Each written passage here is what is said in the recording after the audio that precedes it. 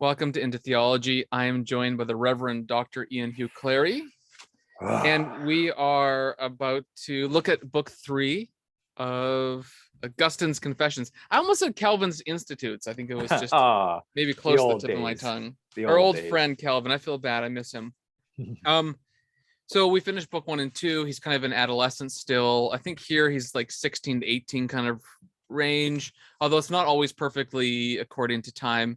Well, no, he says it right. Oh, no, I'm sorry. Yeah, you're right. I had book 4 open. So book 4, he's 19. So yeah, you're probably right.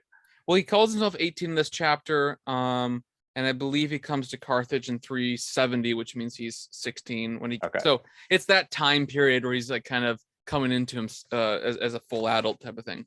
Yeah. And there's a ton of stuff in this chapter about law, love, pain, pleasure, the problem of evil, the nature of God, higher, lower things. Like it's like a chapter that seems to be about everything. Yeah. But maybe the organizing idea would be Augustine learns to move through sensible things, which are good, to the things of God, which are a little bit beyond or above or of a different order than those things. Which is going to make his soul come into like better condition as he's getting closer to that unity, who is God, who is the good. And I think you were gonna read the first I don't know what you call it, section 1. Yeah. Whole section 1 of book 3 here, because he opens it up with a bang, I say. Yeah. Now, should I read it in the pine coffin or should I read it in the lobe? I think you should follow your heart. Just don't read it in Latin. Okay. Veni Carthaginem. Oh boy. There we go. Okay, I'll read it in the lobe because that's what I just most recently read it in, and I have to say though, Veni versus Veni. Veni sounds lame. Veni sounds way better. I know. You got to pronounce it bad because it sounds way better. Was it Veni Vidi Vici or whatever? Yeah, it's way better. Came, I saw, I conquered. Okay. Veni Vici. Sorry. It does have that kind of, there's that onomatopoeia sort of like, it is kind of whiny kind of sound. Yeah, let's keep the beat. I'm going to keep the bad pronunciation because I like it better. Well, no, we're just doing the more ecclesiastical. This is more classical. Because we're more pious. That's right. There you go. All right. So book 3, just starting right off the top there, and I'll read these two paragraphs. So I came to Carthage, and all around me a melting pot of illicit passions was seething. That's where pine coffin translated as Carthage was a hissing cauldron of lust. He says, I was not yet in love, but I was in love with the idea of love. And because of the neediness I felt deep down, I hated the thought of not being needy enough. I was looking for something to love, loving to love, and I hated the safety of a course free from pitfalls. Within myself, I was hungry from the lack of inner food. You yourself, my God. But that hunger did not make me want to feast. Rather, I had no desire at all for the incorruptible food. This was not because I was already full of such food. Instead, the more empty I was, the more I disdained it. So my soul was in a poor state of health, and covered in sores, it lay prostrate out of doors in a pitiable state, itching to be scratched through the sensual touch of physical things. Yet had those things not possessed a soul, they would definitely not be lovable. I enjoyed loving and being loved, and even more so if I got to enjoy the body of my lover. So I used to defile the stream of friendship with the filth of sensual desire, and to overshadow its brightness with my fiendish lust. Disgraceful and dishonorable as I was, my overweening vanity made me long to appear refined and civilized. So I rushed into love, wanting love to take me prisoner. My God, my mercy, how good you were, sprinkling that sweet gratification of mine with so much bitterness. For I was loved, and I secretly attained a bond of pleasure, and I was happy to be constrained by burdensome bonds, with the result that I was being beaten with glowing iron rods of jealousy, mistrust, anxiety, rages, and quarreling. There's one thing I want to mention, because he actually gets this in the chapter. I just noticed it now. In my translation, it says, the emptier I was, the more unappetizing such food became. Yeah. And one thing he's going to get is that evil is non-being, essentially. That's what he's and so he's mentioned, like, and I think this is actually really practical. I think we can all understand this. It's like often when you fall into patterns of sin or evil, the more you do it, the more you kind of desire it, and the less good, less like, so you're like, say you're deep into pornography or something, you just don't feel like praying. Yeah. right? Like there's something to it that the more you get into dissolution, and the more empty you are, because the more you need, the bigger the high you need, the better the drug, the better the addiction, whatever it is, and the less willing you are to pursue the good, even though it is good. And actually, I think this is a really helpful way to just to understand how the Bible talks about sin too, because there's so many people in the Bible and so many descriptions of just how people pursue sin and basically annihilate themselves with sin. And it seems so irrational until you live past the age of 30, then you realize half your friends did too. And you might have, unless God intervened. And so I actually think, although it sounds a bit abstract when we get to it, like evil is non-being, the privation of the good, it's so utterly common sense when you start thinking about it. Yeah. Because sin is nothing. He rounds back to food, and that's later in number 6, I guess, in book 3. And it's funny because I did a course on Augustine with Michael Haken in seminary years ago, and so the Pine Coffin edition was the text that we used, and it's interesting to read my old notes on it. Oh, interesting. Because look what I have right here. It says, because he's talking about it, that same. Oh, it's right here.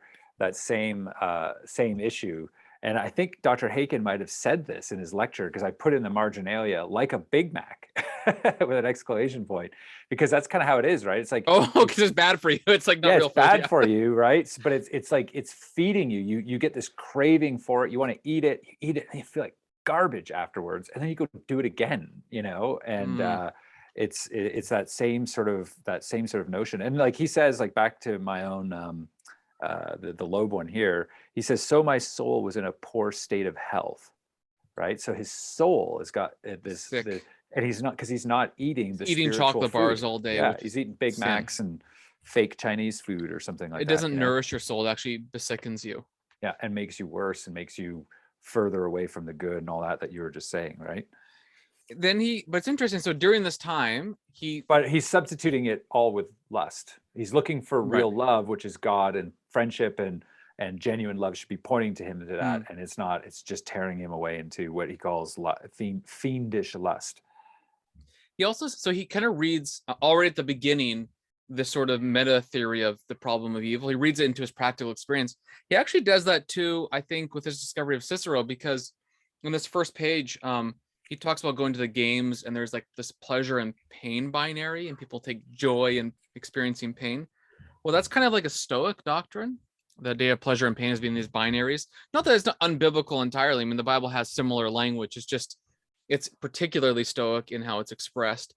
And in this chapter, he finds Cicero. He reads Hortensius, which I don't think exists. Like, it exists, but it's not extant. We only have it in quotes from him, really. Yeah.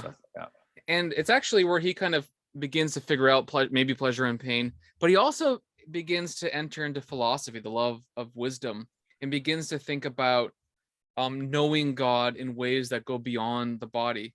And it's because he mentions that he got into the Manichaean, you might call it a cult. Oh, it's a cult. And the Manichaeans made fun of the Bible and said things like, oh, you're made in God's image. Okay, well, does God have veins? Does he have a nose, a mustache? And Augustine sort of went along with it, but he came to realize, I think, through pursuit of philosophy, he mentions it, that no, that's not how God can be. Eventually, he quotes Jesus's words, "God is spirit," from John 4:24. And this, by the way, is not abstract doctrine again. He finds it immensely practical, because he's trying to find fulfillment or satisfaction through pursuing lust and sin, when really everything that he needs to be satisfied is accessible through his inward turn, or through his soul's ascent to God. He even uses a language like a ladder. He talks about he's pursuing earthly things, but needs to pursue like heavenly things. It's actually really powerful stuff. So on page 39, or section 4 in the second paragraph, he says, after talking about Hortensius, my God, how I burned with longing to leave earthly things and fly back to you. So he's turning this sort of earthly lust into a sort of divine eros. Yeah. Sort of. Now, actually, it might not be, because remember, fire by its material, like by its observational sense, goes into the air. So he may not actually mean it in the modern sense as I'm speaking. But nonetheless, the fire burns and it goes higher and higher, and so he's ascending to God. Okay, Johnny Cash. Burns, Ah, ring that of ring of fire. fire. There you go. There you But go. I mean, think about all that, right? Like the way that the spatio-temporal world is really like drawing him away from these things, right? So like Hmm. he's at the physical notion of God. That's a spatio-temporal notion of God that he's looking for his ultimate fulfillment. It's a God of his own creation, or the Manichaean creation.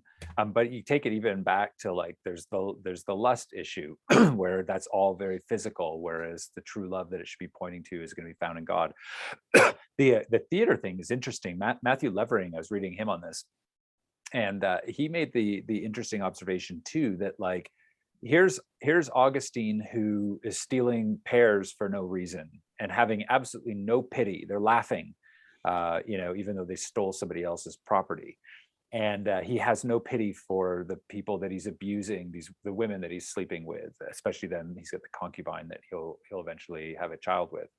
But why is it that he can then go to a theater and he's completely like drawn in, and he's filled with pity, and he's filled with like all these emotions that the theater is giving to him, and he can find it there in something that's fake, but the things that are real, right, are just continuously like drawing him away. And so it's like this weird, like it is that disordering of the soul that he's dealing with, right? And so that the closer he gets to that, going up that ladder, the more that spatio-temporal stuff's not going to be ultimate, and then the more that they're going to be put in their right order. Can I make a really practical observation about that? Yep. Sometimes the people closest to us we more easily abuse than those further from us. In other words, there might be a great man or woman who is into, I don't know, describes movies or music powerfully, or is in politics, but at home they're cruel to their spouse or kids. Yeah. It's almost like what's being described, how you described with the theaters. You go to the theater and you're effusive, you cry, you sympathize and have compassion for the characters, but then for those closest to you, you don't treat them well. Yeah. There's a disconnect. The great example of that is Dickens, right? So Dickens writes these like, incredibly powerful and moving stories about the plight of kids in the Industrial Revolution in England, and yet he was horrible to his own kids. I didn't know that. Like, yeah, and you're like, how could that? Like, it's always so weird. But he was Scrooge, huh? He kind of, he was just, he was like despicable to his wife, all this kind of stuff, and yet writes with such power and pathos, because exactly, I think what you're saying there, well, right? It reminds me too of like there's another Augustinian who lived a little bit later named John Kelvin, and he talks about like the arts as being by God's spirit, but you always notice that even people who have excellent skill in art are still sinful. And maybe Dickens is, in this sense, empowered by God's spirit for this art, but then he's so totally depraved that he kind of ruins it. So, okay, he pursues wisdom itself. He's beginning to move and see that if he finds pleasure in earthly things, that's unsatisfying. So he needs to find a way to find pleasure in something that's stable and eternal. And that thing is going to be God. So he has this really cool sentence. So it's on page 42 in the Oxford edition, but that's actually section 6. Okay. Yeah, right near the end of it, actually, or the middle to the end. And he quotes 2 Corinthians 11:10 at the top of it, or the paragraph I'm going to read. So it says, "But you, my love, for whom I faint, that I may receive strength. You are not the bodies which we see, though they be up in heaven, nor even any object up there lying beyond our sight. For you have made these bodies, and you do not even hold them to be among the greatest of your creatures. How far removed you are from these fantasies of mine, fantasies of physical entities which have no existence. We have more reliable knowledge in our images of bodies, which really exist, and the bodies are more certain than the images. But you are no body, nor are you soul, which is the life of bodies. For the life of bodies is superior to bodies themselves and a more certain object of knowledge. But you are the life of souls, the life of lives. You live in dependence only on yourself, and you never change, life of my soul." That's an interesting paragraph to me for so many reasons. One, it's about like epistemology and perception. It's thick with all kinds of stuff. Two, it's about the nature of God. He's neither a soul nor a body, but something else. And two, like the certainty of knowledge from bodies to soul, which is more certain, which is interesting, into the knowledge of God. I think soul is more certain. It's the power of life, but it also gives you those basic principles of like 1 + 1 = 2 and so on.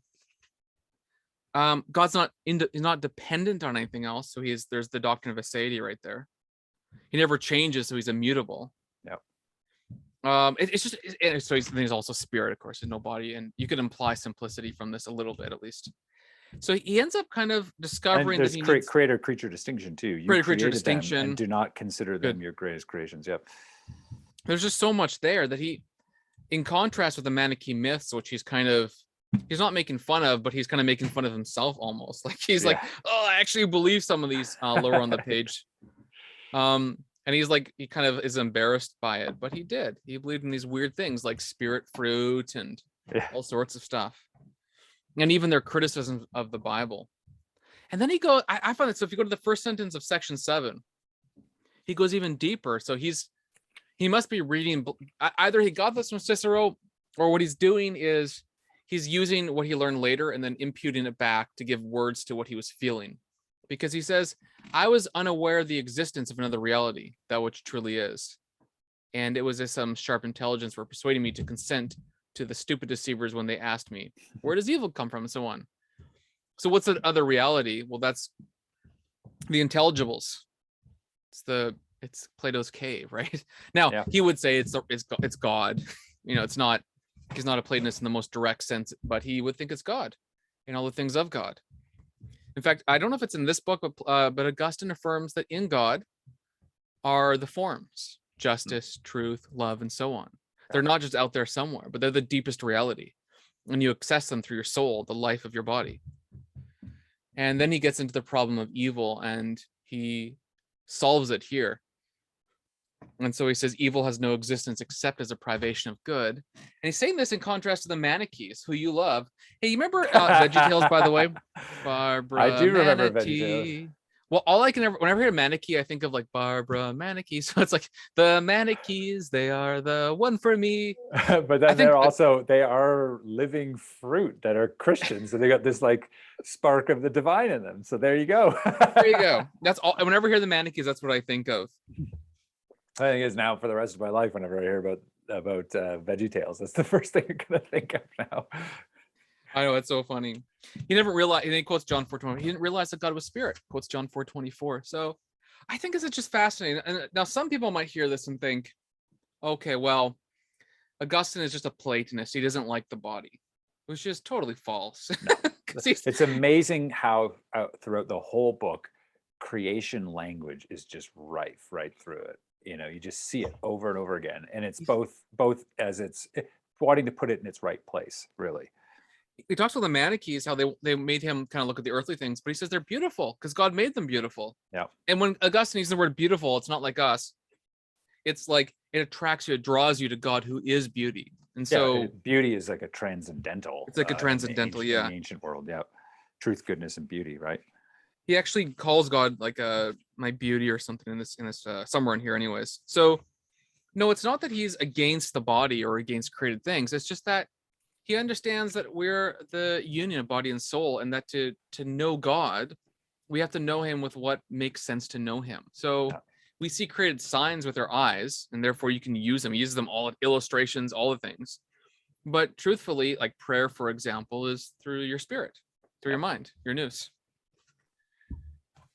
Yeah, I mean, man, there's a lot to say about all that, what you just said. It's interesting, his notion of the privation of the good, right? So he says, for I did not know that evil does not exist except as the privation of the good, to the point of complete non-existence. And that's so helpful, I think, and so important when you get, a lot of times you'll get people saying to you, like, how is it that, like, what is evil? You don't want to deny that it's a thing, in the sense that, like, I don't want to be a monist and say that good and evil are just illusions because everything's one. No. But I don't want to say that it's a thing in that it's some sort of a created substance, because that would then mean God is the author of evil. And so here, and he's drawing really from Plotinus, the idea that that evil is actually just the absence of the good. So it's back to what we're saying is like you're further away from the good, and then that creates more and more division, multiplicity, which then creates chaos. And that happens here, but it also happens within the soul. And so that, I was actually talking to my son about this because in his classical school, they're talking about the problem of evil. We're talking about this last night, actually. And I said, the privation of the good is like, if you think about a room where you turn the light on and then you turn it off. When the light's on, light is a thing. Like it's actually a created substance. It's either a particle or a wave. But when you Which turn the one light is off, it? Give the answer. we Is it a don't particle know. or a wave? Ask Einstein.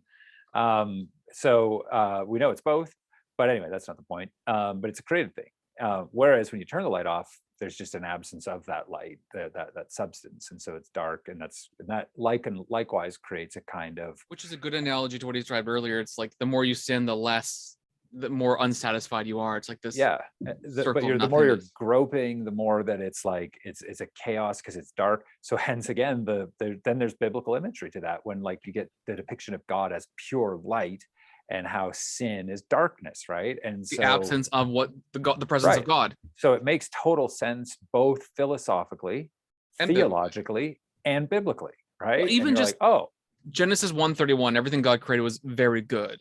Yeah. So God didn't create evil; it's just not possible, right? In the sense of a created entity. Now, I think it's okay. You can say evil exists as a sort of a mode of privation or something. If you want to be like technical about it, because sure, if you make it sound like evil doesn't exist in the sense of like just some sort of like mystical union, it doesn't quite make sense, because people experience real evil, but that experience is that darkness. It's that twisted perversion, corruption of the good.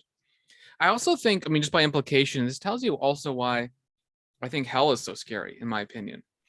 Because people talk about hell being like the absence of God's presence or all these kinds of things. Can't be that. He's omnipresent. Yeah, it can't be. Well, presence in the sense of maybe in the biblical idiom of like the presence of God's goodness. Yeah, maybe exactly. Yeah. So I actually think hell.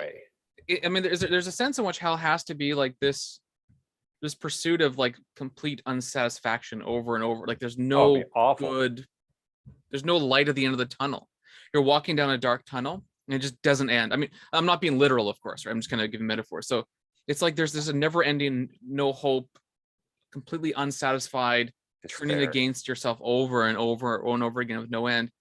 And it's something that you would have chosen throughout your life because you didn't want that goodness. Because again, earlier, the more and more you sin, the more you annihilate yourself, the less, like the more you look at porn, the less you want to pray. That kind of principle.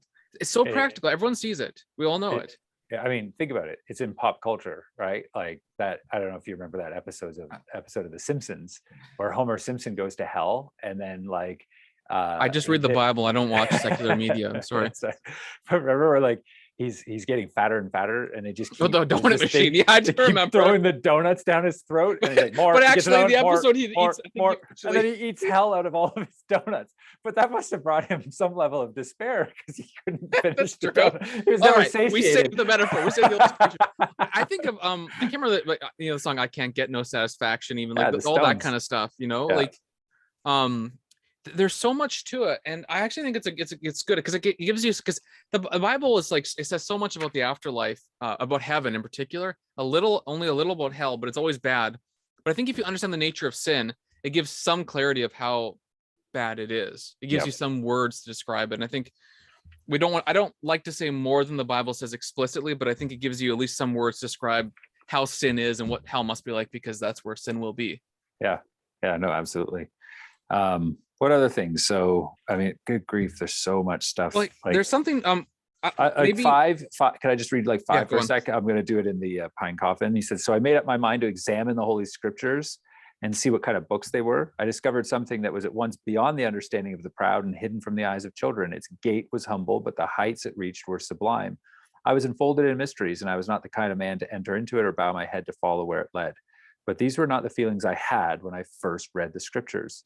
To me, they seemed quite unworthy of comparison with the stately prose of Cicero, because I had too much conceit, right? Too much conceit to accept their simplicity, and not enough insight to penetrate their depths.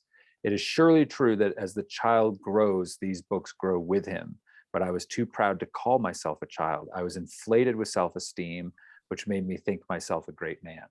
Wow. Like, talk about what a, like, approach the Bible with humility, you know, And that it grows up with you. yeah, like that. I love that paragraph with what he's saying, because I can remember, you know, in my own experience back in the day in high school, me and all my friends were a bunch of burnouts, you know, smoking dope, drinking all the time, like drinking in the, you know, bathroom at school. We were like a walking, talking Aerosmith song or something, and you know, smoking in the boy, you know. Anyway, and I remember at one point we're all like, oh gosh, man, if we keep going this way, we're gonna have a wreck of a life. This is stupid. Let's try to clean ourselves up. And I had like this huge, we weren't Roman Catholic, we had this massive Catholic Bible my mom's friend gave us. So we're all sitting in my living room and we like crack this thing open. We start to read it. And we're like, the heck is this about? You know, it just made no sense whatsoever. You know, so and so begat so and so or something. I was just like, we just didn't get it. We just closed it and went and smoked a joint, I'm sure. But like, but then you approach it with like this new sense, right? That can only be given by God's grace and by the Spirit. And then you go and you read the Bible as a believer with that kind of attitude, and then it becomes everything for you. And it, like you say, it grows with you, so that you never really will penetrate its depths, because you just get more and more insight. But it's like this reciprocal relation, because you receive it from the book, that then you pour back into your reading of it, which then you receive more. So it's like, wow, what a cool description. Three really quick things. So one, I believe it's Athanasius, but really the fathers in general say, you have to read the Bible and understand it. You have to be holy and pious and humble. So your own ethics, your own transformation is almost prior to understand the Bible. So it's not an intellectual thing first. It's actually a moral thing first, and then intellectual. Yep. Second, John Piper says something helpful. It's similar. God is love, and therefore the Bible is easy to understand for everyone, but God is holy, and therefore it's infinitely deep. Now that might just be cheesy, but it's helpful to me. But it's true. Yeah. The other thing, the last that's really important, is that virtually, so Gregor of Nyssa, for example, says that God gives us puzzles in Scripture so that you can grow with it. So he doesn't make everything simple for you, because if it were simple, you'd be bored. Yeah. And so there's things that are in Scripture that are simple and things that are hard. So I don't know, predestination might be hard, but it's in order to draw you along in the whole journey. Because if everything was simple, then you get bored pretty fast. Like just the way humans work. And I don't mean bored because the Bible's boring, because God's infinitely interesting. That's the point. He made us with a capacity to be infinitely interested in him. And therefore the Bible has a reflection of that. It's not because God's trying to trick us, it's because that's who he is. And so a lot of people say you got to keep it simple all the time, but actually that's not what God wants you to do. He wants you to go deeper if you can. So I think that's important. Here, I'm going to switch topics here. I'm going to ask you a very loaded question. Okay. So end of number 9, I'll read it in the pine coffin. So does this make Augustine a theonomist? But when you suddenly command us to do something strange and unforeseen, even if you'd previously forbidden it, none can doubt that the command must be obeyed, even though for the time being you may conceal the reason for it, and it may conflict with the established rule of custom in some forms of society. For no society is right and good unless it obeys you. But happy are they who know that the commandment was yours, for all your servants do is done as an example of what is needed for the present, or as a sign for what is yet to come. So he's going on this long discussion about law, right? And societies having to obey God's law. So the answer is everyone's a theonomist because everyone has to obey the law of God. Theonomists just took the term but are incompetent users of it. Augustine's a competent user of it. And he's already said earlier that I also know that inward justice, which judges not by custom but by the most righteous law of Almighty God. And this law is adapted. There's the idea of positive law. It can be modified throughout time. He talks about positive law throughout here and how there's reasons for that, but it's based on God's eternal law. He also says, I can't remember where, but it's inscribed upon our reason. Because I didn't think you were going to ask me this, I don't remember the actual line, but he talks about kind of like basically being written on our hearts as this eternal law. I don't know if it's in this chapter. And so for Augustine, and he also defines the law of God as God's nature. And so God's eternal law is God himself, his perpetual character. And so Augustine knows about positive law, namely laws that people create on the basis of this law that you can discern in nature. And those are fine, and they can be changeable, but they're all rooted in this unchanging law of God, which is his nature. And even in the text you read, Augustine says God might conceal his reason, but there is a reason. And therefore God's law is always reasonable. It's not voluntaristic. It just happens. There's a reason for it. It's rooted in God being love, justice, and holiness. And therefore, I think sometimes people who talk about theonomy are so wrapped up into the idea it's right because God wills it that they completely miss the point. Namely, it's about knowing who God is and reflecting his character. And as Vermeulen says, the more you image God, the more you like him, the happier you are, because happiness is objective. Yeah. So no, everyone's a theonomist. You should be a theonomist because the law of God is the ultimate standard. You just have to be competent. Yeah, you have to be maybe a small t theonomist. He also sounds a lot like Kierkegaard here too, right? Like the idea, just to reread it, when you suddenly command us to do something strange and unforeseen, even if you had previously forbidden it, none can doubt that the command must be obeyed, which is Abraham and the sacrifice of Isaac, right? Which is what Kierkegaard is going to pick up on in Fear and Trembling. And so the idea is like, I got to follow God, even when things don't always seem too obvious to me as to why I should be doing such and such. I've got to go here in a second. So let's fall. He ends with a dream. Yeah, and Like a Monica. priest. Yeah, and so the whole idea of like he's going to get through like the silliness of the Manichaeis, right? They're not able to answer his problem of evil, as we'll see. They have like weird views, as we noted. Eating fruit that's gonna this cosmic battle between like a physical Manichae. this physical God who has a body. Who's not then ultimate, and that means that there's evil, which is material as well, but like is ultimate, and so then there's this conflict. The bits of the divine are scattered throughout. That you have to it gets caught in fruits, and especially like things like melons, and so you have to eat it, and then you digest that food, and then belch the divinity back out into the ether, right? That's what it is, right? So strange. And so Monica, through the whole time, you start to see her coming more to her own.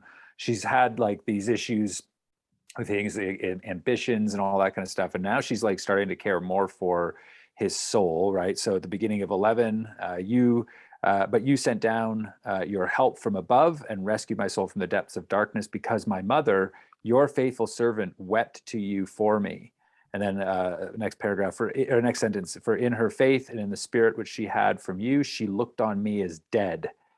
And then a little bit further down, you heard her, for how else can I explain the dream with which you consoled her, so that she agreed to live with me and eat at the same table in our home. Lately, she had refused to do this because she loathed and shunned the blasphemy of my false beliefs. And then he talks about her dream, where she is able to kind of get rid of that animosity that she has for him based on her grief. And so God uses this dream. It's very interesting because they'll have a religious experience together on the ocean, right, or the sea, right before she dies, right, in Ostia. Go ahead. Next one point, what you're saying though, it's like, remember, he's moving from earthly to heavenly things, and it's right. This dream, this vision from God to the mind, that is really the key way to end. And then also a prophetic word from a priest, or at least a word that Monica took prophetically. But what's interesting about it, as a kind of like background issue, is that the only people that are supposed to have visions and dreams and religious experiences were the philosophers. And so, especially when you get to the Ostia one, near the end of her life, they have this experience together. Women aren't supposed to have it, and she's not an educated woman either, right? And they have it together. And then he makes her, I can't remember if it's in the Cassiciacum dialogue. She's a dialogue partner. No, yeah, for sure she's in it. Yeah, I don't remember. So, I think in all of them or some of them. Yeah. So and he gets surprised by her wisdom. Yeah. So she becomes a philosopher. Just a quick history. So right before he's baptized, he is a catechumen. He goes away and tries to do philosophy and think about Christianity, and his mom helps him with some friends. That's what we're talking about. 386, I think. Yeah, and what's interesting too is that he's a catechumen from birth, right? Like from a young man, he's always a catechumen. But he's committed to baptism at this point, right? Isn't that the difference? Well, then he becomes a real one, right? Like he is as a kid. He's always in this state of being a catechumen. It's why he knows the Bible, even though he hates it. Remember, he was supposed to take baptism because he was sick when he was a kid, and he could do that because he'd been a catechumen. But then he becomes like a real one after he gets to Milan. So anyway. And that's why Augustine is a Baptist. Anyways. That's right. Landmarkism. Perfect. All right. See you next week. See ya.